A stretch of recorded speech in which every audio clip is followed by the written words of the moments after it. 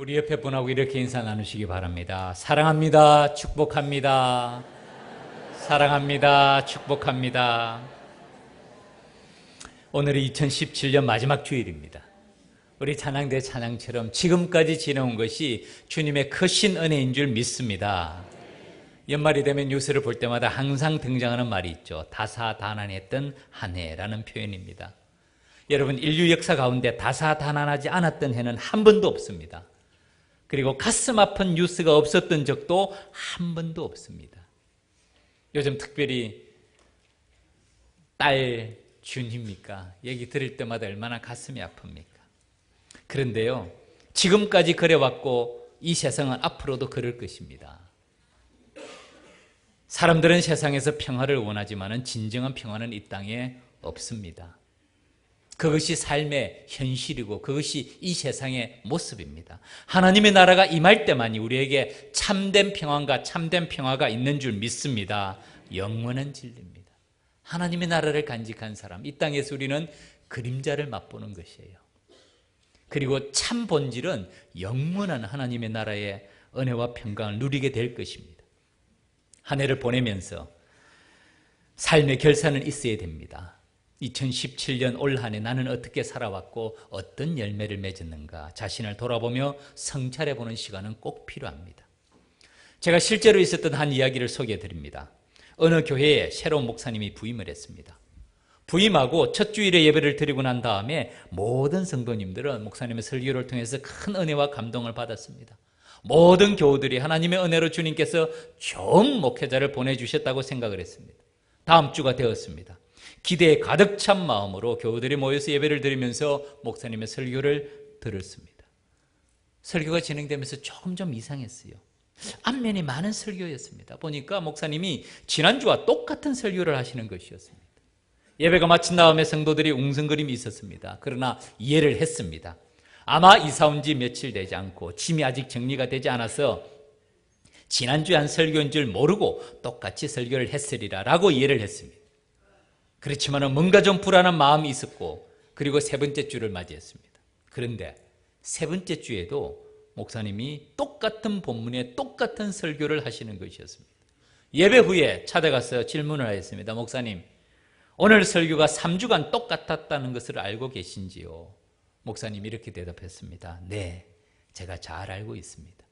일부러 제가 똑같은 설교를 하였습니다. 왜냐하면 우리 성도님들이 말씀을 귀로 듣고 마음으로 깨달을 뿐만 아니라 그 말씀대로 실천하기를 바라는 마음이기 때문입니다. 그래서 저는 우리 믿음의 가족들이 말씀을 들을 뿐만 아니라 그 말씀을 행할 때까지 계속하고자 합니다. 그 다음에 어떻게 되었는지는 저는 잘 모릅니다. 혹시 제가 소식을 알게 되면 제가 연락해 드리도록 할게요. 말씀드린 대로 이것은 실제로 있었던 이야기입니다.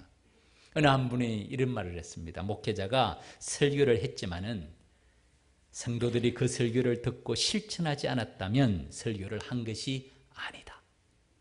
두 번째로 성도들 편입니다. 성도들이 설교를 들었지만은 들은 말씀대로 살지 않는다면 그는 설교를 들은 것이 아니다. 성경을 많이 아는 것보다 더 중요한 것은 단 한 절이라도 그 말씀대로 사는 것이 훨씬 더 중요하다. 열매에 가는 말씀이에요. Knowing is doing 이라는 말이 있죠. Knowing, 아는 것이란 is doing, 행하는 것이다. 다른 말로 하면 진정한 알미란 행함으로 나타나야 된다는 것이에요. 머리로만 아는 것만으로는 충분하지 않습니다. To know is not enough. 아는 것만으로는 충분하지 않습니다. 아는 것과 행함이 하나가 되어야 진정한 알미입니다. 사실은 우리 선조들도 이런 생각을 가지고 있었어요. 그것을 지행합일이라고 말했죠. 실학파들의 가장 높은 생각이 지행합일, 아는 것과 행하는 것이 하나가 될 때 참된 지식이란 반드시 행함이 있어야 된다는 말씀이에요. 열매에 가는 말씀입니다. 오늘 본문이 바로 이 말씀을 하고 있습니다. 말씀을 듣는 것, 말씀을 전하는 것은 씨를 뿌리는 것과 같다라고 비유를 합니다. 그런데 더 중요한 것은 뿌려진 씨가 밭에서 뿌리를 내리고 줄기가 자라서 열매를 맺는 것입니다. 그리고 이것은 밭의 상태에 따라서 매우 달라진다는 것을 말씀하고 있습니다. 뿌려진 씨는 동일합니다. 들으라. 씨를 뿌리는 자가 뿌리러 나가서 뿌릴새 더러는 길가에, 더러는 흙이 얇은 돌밭에, 더러는 가시떨기에, 더러는 좋은 땅에. 씨는 똑같아요. 떨어지는 장소가 다릅니다. 밭의 상태에 따라서 열매가 완전히 달라진다는 것을 말씀하고 있습니다. 그리고 주님께서는 13절에서 이렇게 말씀하십니다. 또 이르시되 너희가 이 비유를 알지 못할진대 어떻게 모든 비유를 알겠느냐. 이건 매우 중요한 말씀이죠. 다른 모든 비유 가운데 이 비유가 가장 중요하다는 말씀입니다. 이 비유를 모르면 다른 비유를 알지 못한다. 무슨 말입니까? 말씀을 듣고 열매를 맺지 못하면 다른 비유 다 들어도 소용이 없다는 말씀이에요. 그래서 이 비유가 가장 중요한 비유라는 말씀을 합니다. 전통적으로 오늘 본문을 우리는 씨 뿌리는 비유라고 말하는데 사실은 말씀드린 대로 씨에 가는 비유가 아닙니다. 이것은 밭에 가는 비유예요. 그래서 오늘 말씀의 제목이 네 종류의 밭입니다. 우리가 생각해 볼 것은 이것입니다. 나는 어떤 밭인가? 내 마음은 어떤 밭의 상태인가? 나는 말씀이 내 마음에 떨어질 때 그 말씀이 뿌리를 내리는가? 줄기가 맺어지는가? 그리고 열매를 맺는가 하는 점입니다. 첫 번째, 길가밭입니다. 사실 이것은 밭도 아닙니다. 씨가 떨어진 곳이 길입니다. 들으라. 씨를 뿌리는 자가 뿌리러 나가서 뿌릴새 더러는 길가에 떨어짐에 새들이 와서 홀라당 먹어버렸고, 홀라당이라는 말을 뺀 것 같아요. 그냥 새들이 와서 홀라당 먹어버린 거예요. 그 다음에 주님께서는 이 말씀을 이렇게 설명하십니다. 뿌리는 자는 말씀을 뿌리는 것이라. 말씀이 길가에 뿌려졌다는 것은 이들을 가리킴이 곧 말씀을 들을 때에 사탄이 와서 그들에게 뿌려진 말씀을 빼앗는 것이요. 사탄이 언제 오냐면은 사탄이 즉시 와서 그들에게 뿌려진 말씀을 빼앗는 것이라. 누가 빼앗는다고요?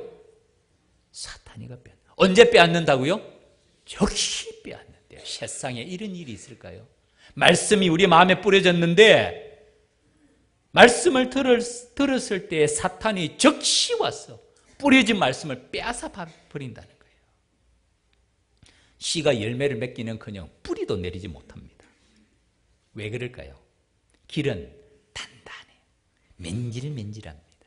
왜 단단해집니까? 사람이 많이 다니거든요. 그래서 단단해진 토양에 떨어진 씨가 전혀 뿌리를 내리지 못하고 새가 와서 홀라당 찝어먹는 것을 주님께서는 사탄이 즉시 와서 그들에게 뿌려진 말씀을 빼앗는 것이다. 말씀을 전혀 깨닫지 못합니다. 말씀을 전혀 간직하지도 못합니다. 제가 종종, 우리 교회가 아니에요. 종종 이전입니다. 이런 말을 듣습니다. 목사님, 저는 교회 문만 열고 나가면 오늘 도대체 목사님이 무슨 설교를 했는지 도무지 생각이 나지 않습니다. 자랑이 아닙니다, 여러분. 이건 심각한 거예요. 즉시 치료를 받아야 됩니다. 어떤 치료를 받아야 될까요? 수요일 날 저녁에 와보십시오. 특별히 비 오는 수요일 날 저녁에는 꼭 오셔야 됩니다. 제가 그때 특효약을 처방해 드립니다. 반드시 치료를 받아야 됩니다. 절대로 자랑이 아닙니다. 심각합니다. 제가 치매의 특효약을 말씀해 드립니다. 수요일 날 밤에. 거부 반응이라는 말이 있죠. rejection feeling이라고 말합니다. 거부 반응이 있어요. 마음이 딱딱해진 거예요. 길가밭이에요. 말씀이 떨어지면 튕겨냅니다. 사실은 설교 자체의 문제도 있겠죠. 그러나 더 큰 문제는 자신의 마음의 밭의 문제예요. 말씀에 많은 은혜를 받았습니다라는 인사를 종종 받습니다.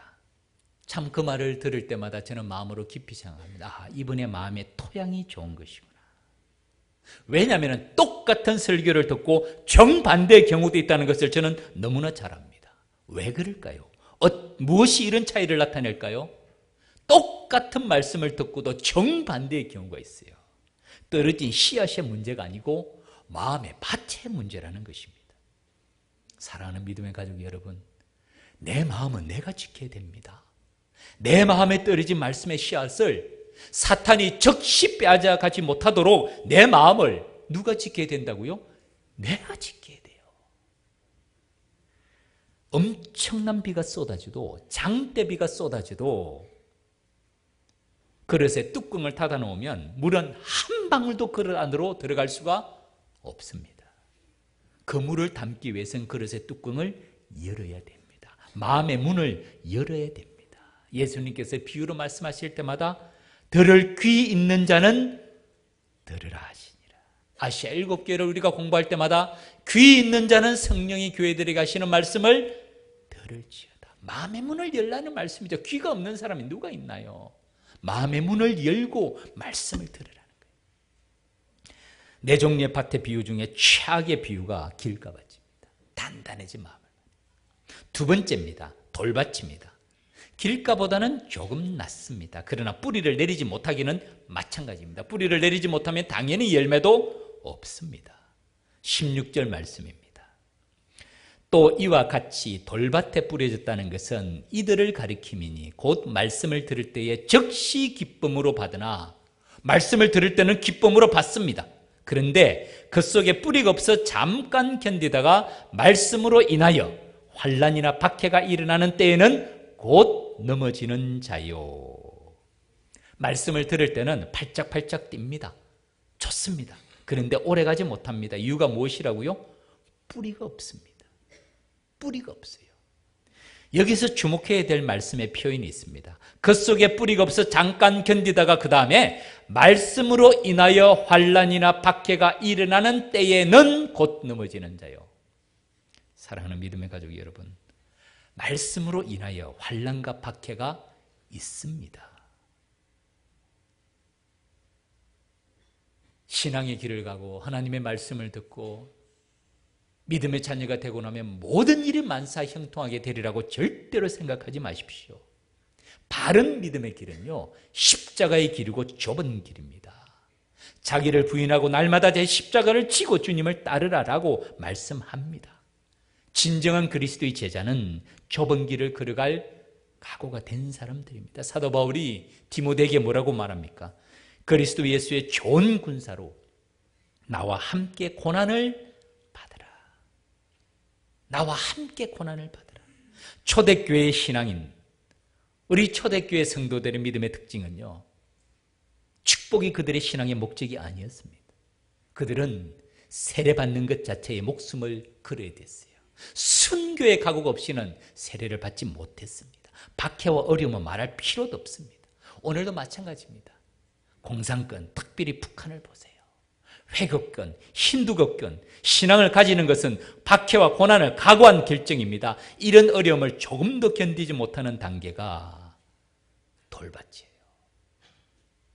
사실은 우리에게 주시는 말씀이죠. 이미 그분들은 박해와 고난을 각오하고 믿음의 길을 가고 있는 분들이고 우리에게 주시는 말씀이죠. 안타깝지만 우리의 믿음의 생활에도 이런 모습이 있지는 않습니까? 조금의 고난도 이기지 못하는, 환난과 박해가 일어날 때에 곧 넘어지는 경우는 없습니까? 두 번째 밭의 비유입니다. 돌짝밭이에요. 그리고 세 번째는 가시밭입니다. 가시밭에 떨어진 씨앗. 이 가시밭은 말씀을 잘 듣습니다. 그 다음에 뿌리도 어느 정도 깊이 내립니다. 그런데 위로 자라지를 못합니다.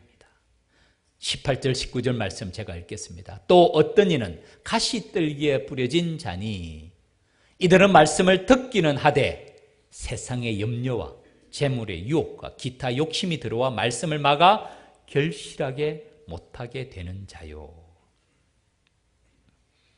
토양도 좋아 보입니다. 왜냐하면 가시나무가 뿌리를 깊이 내리고 있습니다. 좋은 토양이라는 뜻이죠.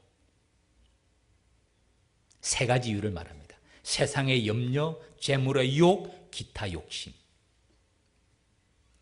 염려와 유혹과 욕심. 사실은 우리 현대인의 모습을 대변하는 말입니다. 염려, 유혹, 욕심이 우리 마음을 가득 채우고 있습니다. 어떤 분은 이 가시나무를 이단의 가르침에 비교하기도 합니다. 사실 오늘날 이단을 보면 좀 그래요. 신천지나 이 다른 이단을 보면 정말 쉽게 넘어가는 경우를 종종 봅니다. 마음의 토양은 참 좋은 것 같은데 가시나무가 먼저 뿌리를 내리고 있고 토양을 더럽힙니다. 그럴 수도 있어요. 그러나 꼭 가시나무가 이단이라고 보기에는 우리의 마음의 상태, 말씀 그대로 세상의 염려, 재물에 대한 유혹, 그리고 많은 욕심, 이것이 말씀을 꽉 막아버리는 거예요. 말씀이 풍성히 자라지 못하도록 우리 마음을 염려와 유혹과 욕심이 가득 차 있는 것을 말합니다. 마음에 여유가 없습니다. 말씀의 씨가 자라날 공간이 없는 거예요. 머릿속이 그냥 세상 일로 가득 차 있습니다. 이것저것 염려할 것이 한두 가지입니까? 이것저것 필요한 것이 한두 가지인가요? 그리고 하고 싶은 일이 한두 가지입니까? 그것으로 인해서 말씀이 더 이상 내 마음에 정착을 못하는 것을 말합니다. 여러분, 가시나무라는 노래를 아시죠? 시인과 촌장이라는 그 하덕규 씨가 부른 노래 아닙니까? 좀 오래된 노래입니다. 아마 젊은 분들도 다 알 거예요. 제 나이 이상 되는 분들도 아마 다 알 겁니다. 지금 이 하덕규 씨가 한 기독교 대학에서 강의를 하고 있는 것으로 알고 있습니다. 지금 목회자가 됐는지 모르겠어요. 가사입니다. 내 속엔 내가 너무도 많아 당신의 쉴 곳이 없네. 내 속엔 헛된 바람들로 당신의 편한 곳 없네. 내 속엔 내가 어쩔 수 없는 어둠, 당신의 쉴 자리를 뺏고, 내 속엔 내가 이길 수 없는 슬픔, 무성한 가시나무 숲 같네. 사실 이 가사가 이 가시나무 밭의 비유를 생각하면서 지은 곡입니다. 바람만 불면 그 메마른 가지 서로 부대끼며 울어대고, 쉴 곳을 찾아 지쳐 날아온 어린 새들도 가시에 찔려 날아가고, 바람만 불면 외롭고 또 괴로워 슬픈 노래를 부르는 날이 많았는데 내 속엔 내가 너무도 많아 당신의 쉴 곳 없네. 참 서정적인 가사죠. 말씀드린 대로 이 가시나무 밭의 비유에 대한 영감을 얻어서 지은 노래입니다. 무성한 가시나무로 내 마음에 내가 너무나 내 자아가, 내 욕심, 내 염려, 내 유혹이 너무나 많아서 이 가시나무로 인해서 열매 맺지 못하는 마음을 표현합니다.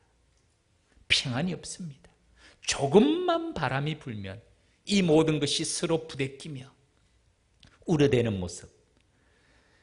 쉴 곳을 찾아 지쳐 날아온 어린 새들도 가시에 찔려 날아가고, 얼마나 삭막한 장면입니까? 삭막한 마음입니까? 저는 아마 우리 많은 그리스도인들이 길가밭은 아닌 것 같아요. 돌밭도 아닌 것 같아요. 그런데 어쩌면 이 가시나무 같은 마음이 아닌가 하는 생각을 합니다. 말씀을 잘 듣습니다. 은혜도 받지 않습니까? 그래서 말씀의 뿌리도 내립니다. 그런데 열매가 없는 거예요. 내 삶에 열매가 없습니다. 왜 그렇습니까? 내 마음에 가시나무가 너무 많은 거예요. 빽빽하게 세상의 염려와 물질에 대한 유혹과 세상의 여러 가지 욕심으로 가득 차 있기 때문에 말씀이 뿌리를 내리고 어느 정도 듣긴 한데 열매가 없는 겁니다. 우리 주님께서는 사실은 이 모습에 대해서 이미 말씀을 하셨어요. 요한 1서 2장 15절, 16절, 17절 말씀입니다. 우리 자막을 준비했는데 같이 한 목소리로 읽겠습니다. 시작. 이 세상이나 세상에 있는 것들을 사랑하지 말라. 누구든지 세상을 사랑하면 아버지의 사랑이 그 안에 있지 아니하니, 이는 세상에 있는 모든 것이 육신의 정욕과 안목의 정욕과 이생의 자랑이니 다 아버지로부터 온 것이 아니요 세상으로부터 온 것이라. 이 세상도 그 정욕도 지나가되 오직 하나님의 뜻을 행하는 자는 영원히 거하느니라. 아멘. 세상을 떠나라는 말씀이 아닙니다. 이 세상에 있어야 될 것 압니다. 우리에게 필요한 것이라는 것도 압니다. 그런데 사랑하지 말라는 이 말씀은 거기에 온통 마음을 빼앗기지 말라는 것이에요. 이 세상이나 세상에 있는 것들을 사랑하지 말라. 필요 없다는 것이 아니에요. 우리가 세상을 살아가는데 이 모든 것이 필요하죠. 있어야 될 것 주님이 알고 계십니다. 그런데 사랑해서 거기에 온통 마음을 뺏기지 말라는 것이에요. 왜 그렇습니까? 이 세상에 있는 것들은 지나간다는 것이에요. 다른 말로 하면 영원하지 않다는 것입니다. 이 세상에 있는 것이 영원할 것 같죠? 결코 영원하지 않습니다. 그것이 뉴스입니다. 오늘날 들어놓은 뉴스를 한번 귀 기울여 보십시오. 아침에 멀쩡했는데 오후에 목욕탕에 갔다가 이 세상을 떠난 사람들은 그렇게 삶을 황망하게 마감하면 뭐가 남습니까? 이 세상도 그 정욕도 지나가되 오직 하나님의 뜻을 행하는 자는 영원히 거하느니라. 마지막 네 번째 밭은 옥토밭입니다. 좋은 밭입니다. 몇 배의 결실을 맺는가 하면 30배, 60배, 100배의 결실을 맺는다고 말합니다. 좋은 땅에 뿌려졌다는 것은 곧 말씀을 듣고 받아 30배나 60배나 100배의 결실을 하는 자니라. 그 당시에 보통 농부들의 수확은 10배 정도라고 말을 합니다. 풍년이 들면 한 30배 정도라고 말합니다. 그런데 60배, 100배는 하나님의 축복의 손길인 거예요. 단순히 풍년이 든 정도가 아니고 하나님께서 은혜를 내려주셔서 하나님의 특별한 은혜로 이런 수확을 거둔 것을 말합니다. 예가 있습니다. 창세기 26장에 이삭의 삶을 통해서 하나님께서 100배의 축복을 내려주신 것을 기록하고 있습니다. 창세기 26장 12절, 13절, 14절 말씀인데요. 같이 한번 읽겠습니다. 이삭이 그 땅에서 농사하여 그 해에 100배나 얻었고 여호와께서 복을 주심으로 그 사람이 창대하고 왕성하여 마침내 거부가 되어 양과 소가 떼를 이루고 종이 심히 많음으로 블레셋 사람이 그를 시기하였다는 말씀을 기록합니다. 이삭이 그 땅에서 그랄 땅입니다. 흉년이 들었어요. 이삭은 애굽으로 내려가려는데 하나님께서는 그곳에 있으라라고 말씀합니다. 그 말씀에 순종합니다. 그리고 그에게 농사를 지었을 때 하나님께서 그를 축복하시는 장면이 이삭이 그 땅에서 농사에 그의 100배나 얻었고 여호와께서 복을 주심으로 그 사람이 창대하고 왕성하여 마침내 거부가 되어 그 지역에 사는 사람들까지도 시기할 만큼 양과 소가 떼를 이루고 종이 힘이 많으므로 블레셋 사람이 그를 시기한 것을 기록하고 있는 말씀입니다. 옥토밭, 좋은 밭의 열매를 말씀하고 있습니다. 제가 짧은 한글을 소개해 드리겠습니다. 토마스 머튼이라는 사람의 글을 인용합니다.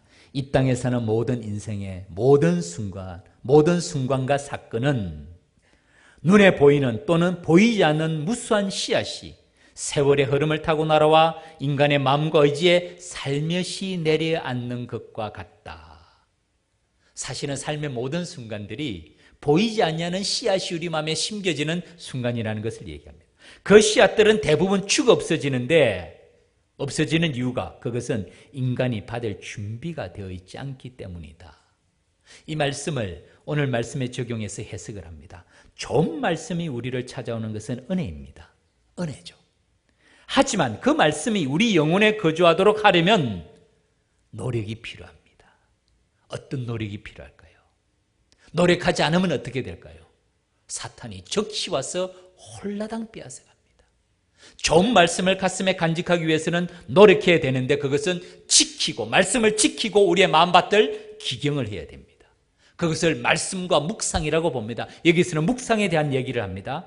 묵상이 필요합니다. 묵상을 통해 말씀이 우리 안에 거하면서 우리는 행동의 변화를 경험하게 됩니다. 곧 말씀을 따라 행동하는 것입니다. 제가 암송에 말씀하면서 정말 귀에 못이 박히도록 얘기하죠.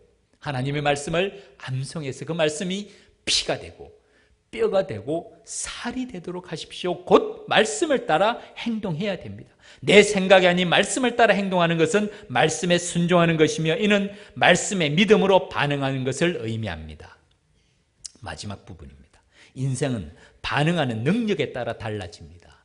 C.S. 루이스는 피조물인 인간의 최대의 존엄성은 주도권이 아니라 내가 무슨 일을 하겠다는 주인의식, 주도권이 아니라 반응, 순종에 있다고 말합니다. 하나님이 말씀하시면 우리는 듣고 행동합니다. 순종을 말하죠. 그분이 명령하시면 우리는 순종합니다.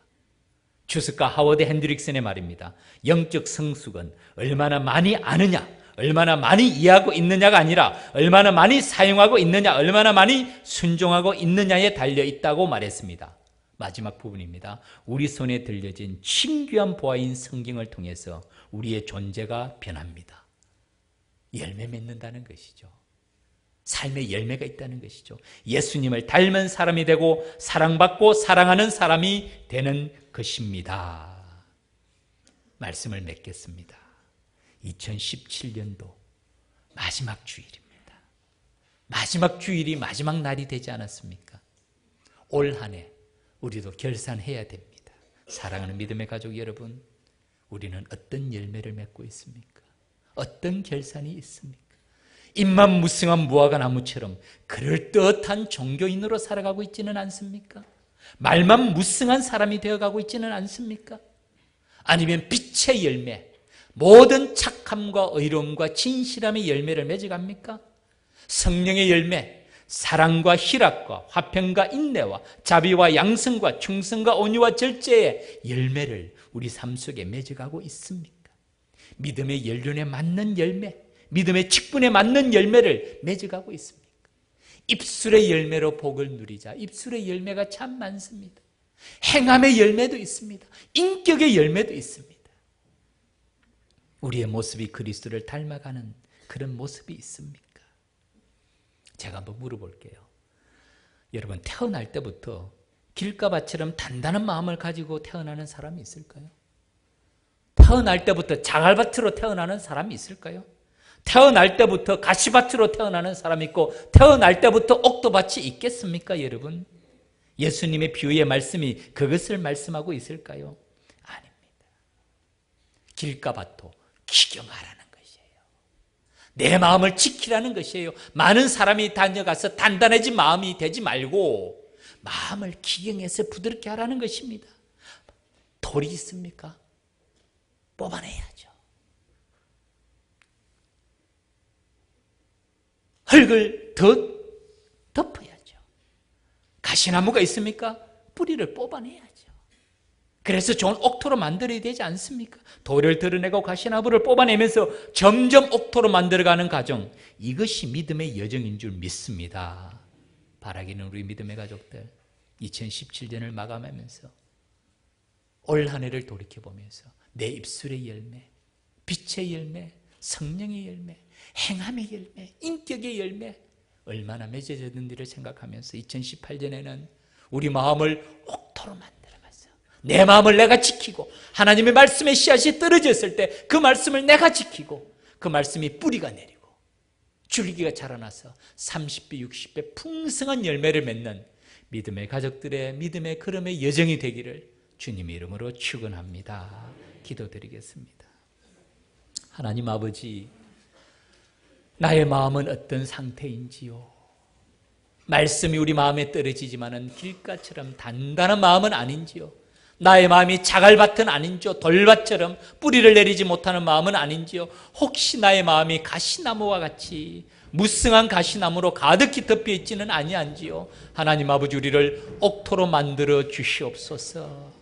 하나님의 말씀이 떨어졌을 때 30배, 60배, 100배의 열매를 맺는 옥토밭이 되게 하여 주시옵소서.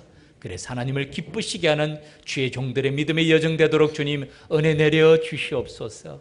감사드리며 예수님 이름으로 기도 올립니다. 아멘.